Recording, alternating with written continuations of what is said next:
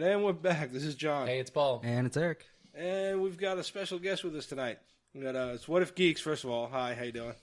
let's get it right. Anyway, tonight we got a special guest with us, my buddy Ray from down the street.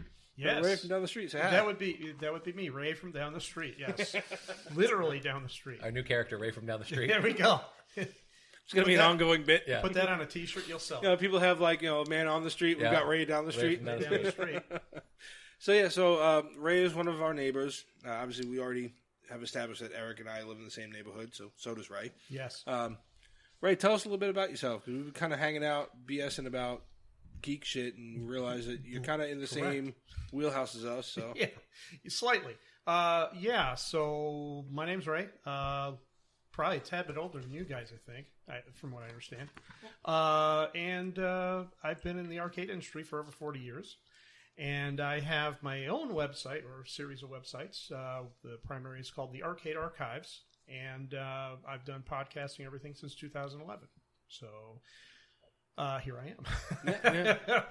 So we figured, I know you said you took a little bit of a break.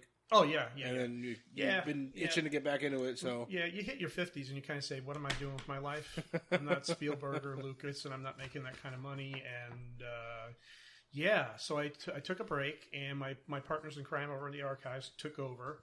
We have 3 sites, part of a network, and the archives is the primary. Then we also have Zowie Kerpowie, and we also have the Daily Blammo. And all 3 of them, they do well. I mean, they're not numbers are not where they were before, but that's because I took a break, and I think everybody kind of took a break because there was about 15 of us at one point that were working on everything, and everybody kind of went their separate ways. A few people stayed on the site. I kind of monitored from the background and said, "Hey guys, take over," and then that's when shit hit the fan would be a good explanation for everything, and it just kind of went haywire. And I looked at it and said, "Oh no, this is not the vision I had." And early this year, I jumped back in, started doing articles again. Just, brief little, hey, I'm here, I'm back, and we're going to start doing stuff. And when you came to me and offered to be on the podcast, I'm like, oh, this is great. I haven't been on a podcast in like 3.5 years, so this is wonderful for me. And, so hopefully we can work together again. This is fantastic. Oh, yeah. So, yeah. We'll pretty much it. We'll figure out if you hate us by the end of the night. Well, I hate everyone. You did listen to... I'm a bitter old man, so it doesn't matter anyway. I'll fit right in. So he at least dabbled in listening to some of the earlier podcasts, so he at least knew what he was walking into. Right. Absolutely. So we're not shocking him at all. No. Listen, you guys are more professional than me. You're using headphones. I mean, there were times, I'm not kidding, sometimes we just put an iPhone down, hit record, and that's what we did. Right. And especially, there was one in particular we did, I think it was before the last Star Wars film, excuse me. Speaking professional. Yeah. Good job, Eric. This guy answering his phone. That's all right. Go ahead. So anyway, we did that in front of a restaurant near the movie theater. We watched on a phone and literally recorded the whole thing, and then our reaction afterward, which all of us were so angry. It's a lucky thing the phone didn't get thrown across the street. But yeah, so this is amazing. What you guys have here is well beyond what I had. So I'm going to start taking notes myself, so that when I start doing this again, we're going to get the mixer and the whole thing going. Awesome. Well, yeah, we'll definitely collaborate some more. Absolutely. Can we take a minute? I want to hear about the video games, the arcade cabinets that you make. Oh, well, yes. I have a business that I also do on the side called Game Room Wizards. And it really just came from the passion of working on these games for as long as I did. And I started studying them and said, I could build these. This is not a problem. And what I did was I came up with an idea of doing interpretations of classic cabinets. So not to interfere with copyright law, I would come up with something that would be a variant that would probably take on a life of its own, a story, if you will. For example, one of the machines I have is a Space Invaders machine, but imagine if an actual alien took over the cabinet itself. So the machine looks like an alien, but looks like it's swallowed a cabinet. Right. And that's what it looks like. So, like in a traditional Space Invaders cabinet, you would have this back reflective glass that would bring the image up and over a backdrop. The backdrop is actually, you can see the back of his throat. So you're looking down his throat to play the game. Oh, that's cool. So, and the eyes light up and the whole thing. But Yeah, I have several different designs. So I think I'm up to like 12 different designs. I've cut out of the 12. I've probably cut 4, and then John's seen my prototype game crate, which it's cool. Is completely original. I said to myself, I always liked a very kind of almost like factory look, like this is the crate the game came in, but what if the crate was the game? And so the crate has shipping labels all over it, and I give it a backstory that the machine comes from several different worlds where the games inhabit, and it runs on actual gems that I call Arcadium. And the gems glow and pulsate and react to the games themselves that you play. Of course, with the technology we have today, I run Raspberry Pis. I can do multi-boards. I can do actual arcade boards, and it depends on what the customer would want. But I primarily work with Raspberry Pi now, just because you can run anything. I was just showing him today. Well, yesterday, I forget what game I had on it. Oh, we were playing Berserk. Because it's a cocktail and it's a vertical, but I have a horizontal. Horizontal game can be played on a vertical because just the way the orientation can be shifted within the RetroPie program. So I exited out of that and then started Dragon's Lair, and that just blew his mind that I was able to go from one to the other seamlessly. And I do all my own front ends and everything else for the equipment, so it's not just the hardware, but it's the software involved in it. And then last year, I actually had a request from another customer, and you might have seen this one from last year. But I built a Fix It Felix Jr. Really? That was one you scratch. built for the kid. I built, yeah. Yeah. I have a friend whose child is autistic, but his favorite movie is Wreck-It Ralph. So of course they came to me, and I had done some work for a lot of their machines before, and they said, "Hey, can you build a Fix It Felix?" And it turned out, yes, I can, because I used to work at Disney Quest. And I was in charge of all the classic games, including the Fix It Felixes, which we had 9 of them. The software was proprietary, but I was able to get a copy of a prototype from the company that did it, because we were having problems with machines that were starting to break down. And so I needed that software. So I was able to get it, but I augmented it and enhanced the game by adding the voices from the movie. So I was able to do a lot with it. And then, so I had that software conveniently on my computer. So when they asked me, I said, absolutely, I can build that, because they make the artwork and everything now. Built the Donkey Kong cabinet from templates that I had from my original Donkey Kong that I call the Big Gorilla of mine. And just went to town. And probably about... Wink, yeah. And I think it was about a month and a half it took me to build that cabinet, top to bottom. I ran a very small... HP computer inside of it. So instead of running RetroPie, which is on a Raspberry Pi, this just ran MAME and a version of Mala, which is basically a front end that can handle all emulators. So they could run anything they wanted on it, but on a PC. And it's flawless. Wow. The machine looks great, works great. I stay in contact with them all the time asking, how's the game? Is there anything I need to do to it? And they're like, no, it runs fantastic. They've moved it 3 times, had no problems with it. And it's because of the background I had with Disney Quest that I was thankfully able to build something like that. But I was at Disney Quest for about 5 years. Wow. And started as a cast member, then ended up working for the company that serves the games because of my background. And here I am. That's awesome. So, yeah, that's what I do on the side. Hopefully full-time. If I can start getting more sales, that's when I'll say, But we're going to build different sizes, too. Like, we're going to have full-size cabinets. We're going to have the arcade one-up size. We're also going to have a mini size. And I'm building cabinets for your Nintendo Switch. So, for example, if you're into the Nintendo Switch, you have all the classic games you could purchase for like $8. Right. I can build a cabinet to match that game, all the artwork and everything. You slip your Switch without the controllers into it. It now has a game screen. Right. It's a static cabinet. The controls don't work, but you'll be able to use your controllers to play the game in a cabinet on a cabinet. Real. Oh wow! So yeah. So I've taken up enough of your time, but no, that's what I do. That's okay. That's what I do. So this is more of a get to know you segment anyway. I appreciate it. We'll cut this and make it a get to know Ray segment, and then that's cool. And then we'll jump into the episode. So what are you into outside of the games? What are you into, like TV, movie wise? What are you? Well, right now I'd have to say Disney Plus and The Mandalorian and It's hard to say. I mean, I bounce all over the place. I don't watch normal TV anymore. It's kind of, very little on it that I care about. I don't think most of us do. So I'm like between Netflix, Prime Video, and Disney Plus now. And The Mandalorian's really caught my eye, and we'll get into that later. Yeah, we'll do a Mandalorian review here that, soon. But that's what I'm into. And then like when I have free time, I'll play. Like the other day, I picked up Lego Dimensions for the first time in like 2 years. Started playing it. I was really into the Toys to Life stuff because it reminded me of when I was a kid playing Dungeons and Dragons, saying I wish I could take that pewter figure and actually make him move and do what I want him to do. Yeah. And that's what that enables you to do, which is still mind-boggling that stuff went away as fast as it came in. Right. Thank you, Skylanders, for destroying it. But so I still collect and I still do that.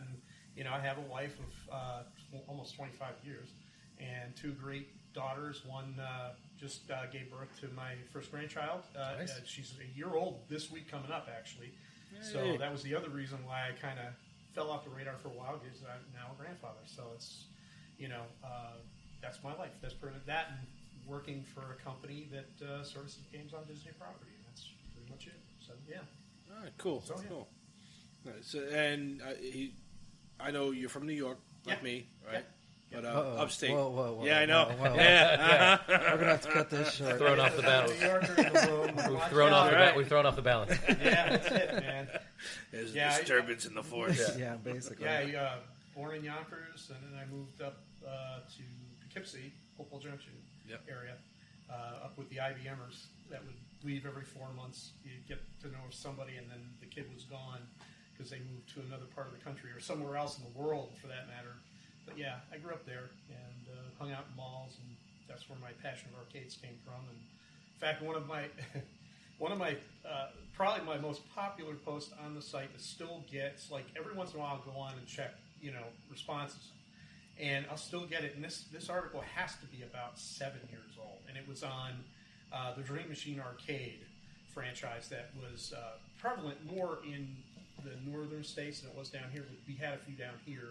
And people would just still to this day, I played games with that arcade, or they actually were at my location and remember me as an attendant back in the 80s. Really? Yeah, it happens quite often. Because, I think that's why I started the archives to begin with. It was kind of that journal of my life in this industry for as long as I'd been in it, and what it meant to other people, and like working in it, because kids today have no concept of that at all. That there was this place that you used to go to that had one game in a machine and a whole bunch of machines around a room, and you had to interact and socialize with that kid face to face. Yep. It was a very different world, and kids don't know that unless they go to places like Dave and Buster's, and that's not the same. Yeah. It's very watered down compared to what it used to be. I agree. So that's where that started, and then it just kind of grew from there. And I added other people with their other opinions. Of course, I became the old man compared to the other kids that were coming in with things like Pokemon and stuff I didn't get at all. Yeah. And that was a constant joke. I mean, you've listened to some of my podcasts, and that's a constant joke. It's like, they would talk about Pokemon. I'm like, Pokemon what? Yeah. What are you talking about? What the heck is Pokemon? What the hell are we doing here? Yeah. So that's where that came from. It was just that passion of being in the arcade industry as long as I had, and trying to give that to people, A, that don't know, and B, people that know and kind of want to remember more. So that's where the archives came from. And hopefully I can kind of bring it back to where it was down the road here a little bit and do more podcasting. I have articles up now. I do an article called Coin Up, and that one's really hits home for me, because what I do is I take a specific game that you may or may not remember, but I remember it, and I have a memory, and I'll inject that memory into the article, like where I found it, what I thought of it at first, and then I think about how does it hold up today, and does it still invoke those memories of the past that I, hold dear to my heart, and I give it a rating. And then I said, boy, this would be really good with like a video series. So now I'm going to start looking into doing a video series where I actually play the game, show people, the game as it, playing it live, sort of live, and getting the reaction from that. So I'm excited about this. Like I was telling John, this is very exciting for me because it's jumping back into something that I started almost a decade ago, and didn't make any money, zero money. Like there was nothing. Yeah, like it's a passion project. Not even like ad revenue of like $7. That's what we talked about earlier. He was like, "I heard an Zero. ad on yours, so you're making money." That's I said, "Yeah, we're up to $7. Yeah, we can almost afford a movie ticket." I had nothing, like I was doing it pre-Patreon, pre-T-shirt, whatever. Yeah. So as we learn, we'll learn together, Yeah, and we'll get them working on both sides. I'm up on that. That would be fantastic. As far as the coin up thing, I'm looking forward to the Pong episode. That's going to be a riveting 30 seconds. Right. Boop. This Pong. That's it. Now, hit it back quick. Boop. I loved arcades, and I judged malls and bowling alleys and movie theaters by how was the arcade. Yes, and I think we all did because we come from that demographic. I may be a little bit older, but you guys are right there with me because you were probably there in the late '80s, early '90s, and then Street Fighter kind of took over. Because remember, there was a huge, massive arcade crash in the mid '80s where things just fell right off and disappeared for a while. Arcades were still around; the big franchises were still around, but the smaller arcades all disappeared. Then Street Fighter happened. Well, actually, and you can go back before that would be Teenage Mutant Ninja Turtles happened. Yeah. When that game came out, things revitalized because then you had the side-scrolling beat 'em up, and then all of a sudden Street Fighter came along, and that was like a whole other era of games. And that was the one with the big button that you had to That was the original Street Fighter. Came out in 1987. Yeah. Yes, that was what we called the rubber bellows, and you had two of them. Yeah. You had a punch and a kick, I believe, and then you had to manipulate. But the problem with you had to hit that thing. You had to hit it, but the maintenance was ridiculous. I bet. It was here. True story. Capcom, I think it was probably maybe a month and a half after release, realized that American players were much more brutal than their Japanese counterparts. So what they did is they came out with a kit for the 6-button layout, which that was the original 6-button layout. Was that game because the kids were too rough on the machines. Yeah. So that's where all that came from. Had it not been for that bellow, who knows how you would have been fighting? Right. What buttons you would have been using at that point. That's what started it. Yeah. There's a what giant... started it? Americans are assholes. Yeah. That's a life Americans lesson. break stuff. We break stuff. There's a giant arcade. It's called Grand Prix. It was built like a castle. Malibu Grand Prix. Yes. Yeah, it was built like a castle, and there was arcade inside. Yep. There was a go-karts, snack bar, go-karts. Yeah, there was actually two arcades because you had the castle that was separate. Yeah. Then you had an arcade next to the track. Yeah. And they had two separate because I'd moved here to Florida in 1990, and I wanted to get a job. I was living in Tampa, and I was right across the street from the Malibu Grand Prix there on Hillsborough, and I wanted a job there terribly because they had so many games. They never needed any help, and that's how I ended up going to Fun and Games. Which, if you go on my YouTube page, I actually had a video made of me in 1990 working in that arcade. I was 22 years old, and even today I look at it and go, "That was me." Wow, because that's a long time ago, and the industry was just very, very different. I mean, this is a time when you smoked in malls. I mean, it was insane. Yep. And I remember having these giant ashtrays outside because a big no smoking neon sign. And they had to smoke out here, and then you could go into the arcade. But it was such a different time, and I don't think kids even grasped what it was like back then. No. So that's where the archives came from. Was that wanting to take that passion and kind of paint a picture for these kids, and then in turn, other people can say, "Wow, I was a part of that. I was a part of that whole." We take it for granted today kind of thing where we have instant gratification. Every app we can play on our phone, anything you can get on any arcades or home system, and that's where all that came from. And in turn, the business is more, hey, I can bring it to you, maybe sculpt it differently, but it's exactly the same as you remember it. And that's where all that came from. It's right there. So yeah, it's cool stuff, man. Cool stuff. Yeah, I love arcades. So now, stepping away from arcades and video games, as far as comics, superheroes, that kind of shit, science fiction. Gosh. As we know, we started talking Star Wars, and as we get closer to Rise of Skywalker, we will get more in depth on that again, and we'll have you back in here and we'll talk about that shit. Absolutely. But just an overall. Comics, that's a tough one. It's been a while since I've picked up a comic, but I was a big fan. I guess as a kid, my first comic had to have been Shazam. I was a big Red Cheese fan. Right. That was just that was my jam. Little kid turning into a superhero. He hates it already. He's not a DC guy. I'm more of a DC guy. I am too. I think DC for me is based more in reality in a lot of cases than Marvel, where it's more fantastic and elaborate. I really like DC's writing, and sometimes their artwork it's a mixed bag because they always bounce back and forth. So you never know. Look at Jack Kirby; he went back and forth so many times. Spin your head around. But I'd say comic wise, and then I got into things like crossovers. Where I got into Marvel was more like Transformers when they picked up the Transformers franchise and went with that. Mm-hmm. Spider-Man, of course, everybody, and Hulk. If I had to pick a Marvel character, Hulk was always that character I always went to. God, it's been so long since I've read a comic though, because there's so many independents out there now. I couldn't even tell you what there's right. Like. Oh yeah. And I know the good people that own Crumb's World around the corner. They're good friends of mine. Yeah, we've been there before. Yeah, they're awesome. In fact, they bought my first cabinet that I sold under my company. You guys familiar with the movie Creepshow, right? Mm-hmm. Okay. I did Spooky Empire 3 years ago, and a friend of mine talked me into the booth, and they said, you have to do a horror themed arcade cabinet. And the first thing that came to my head was the crate.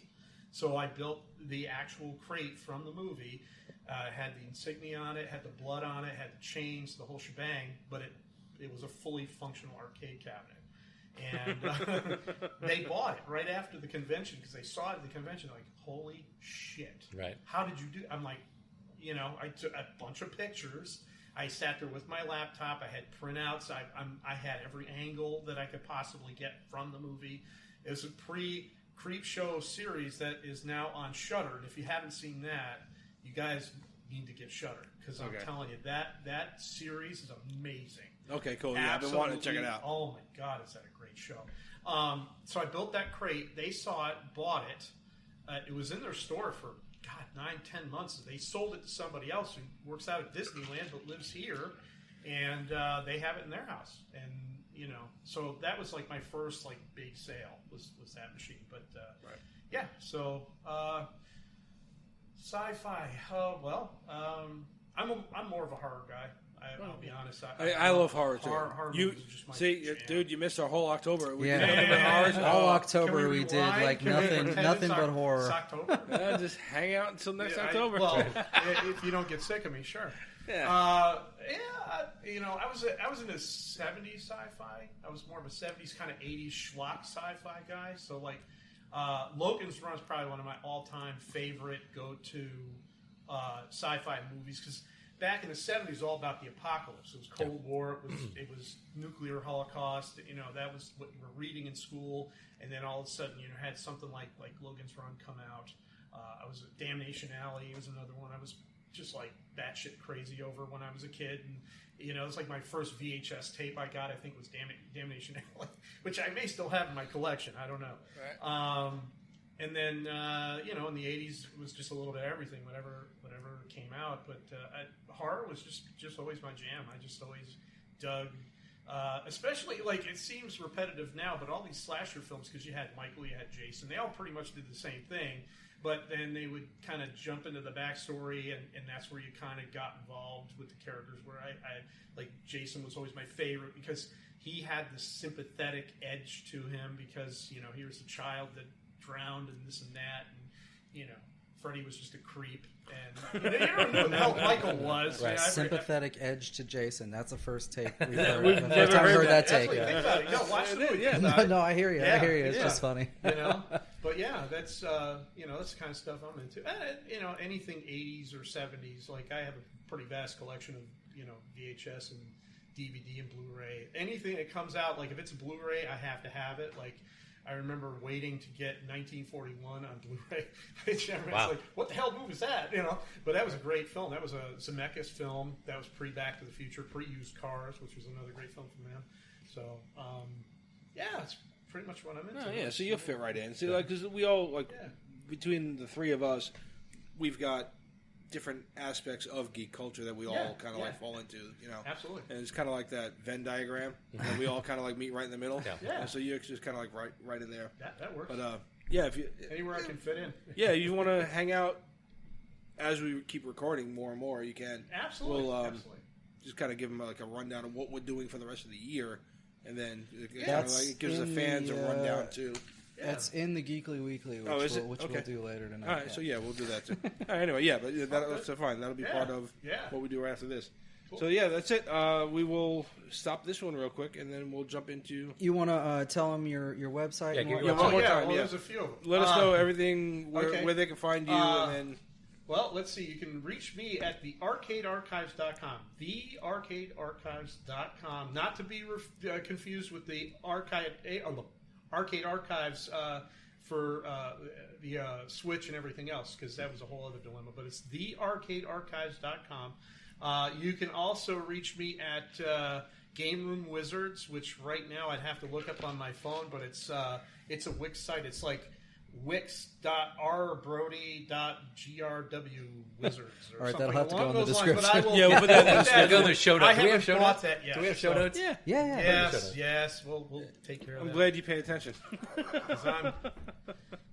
I haven't pulled the site up in quite a while, but So that's what I'm doing. We'll add some of your contact info in there. I appreciate that, man. Do the same on my end once I perpetual guest, Ray. All right. Whenever you need me, that's fine. All right. I'm good, man. All right, cool. So that'll be it. We'll everybody check Ray's shit out, and you know to hit us up, whatifgeeks.com, and that'll be that for this one. Later. Thanks, guys.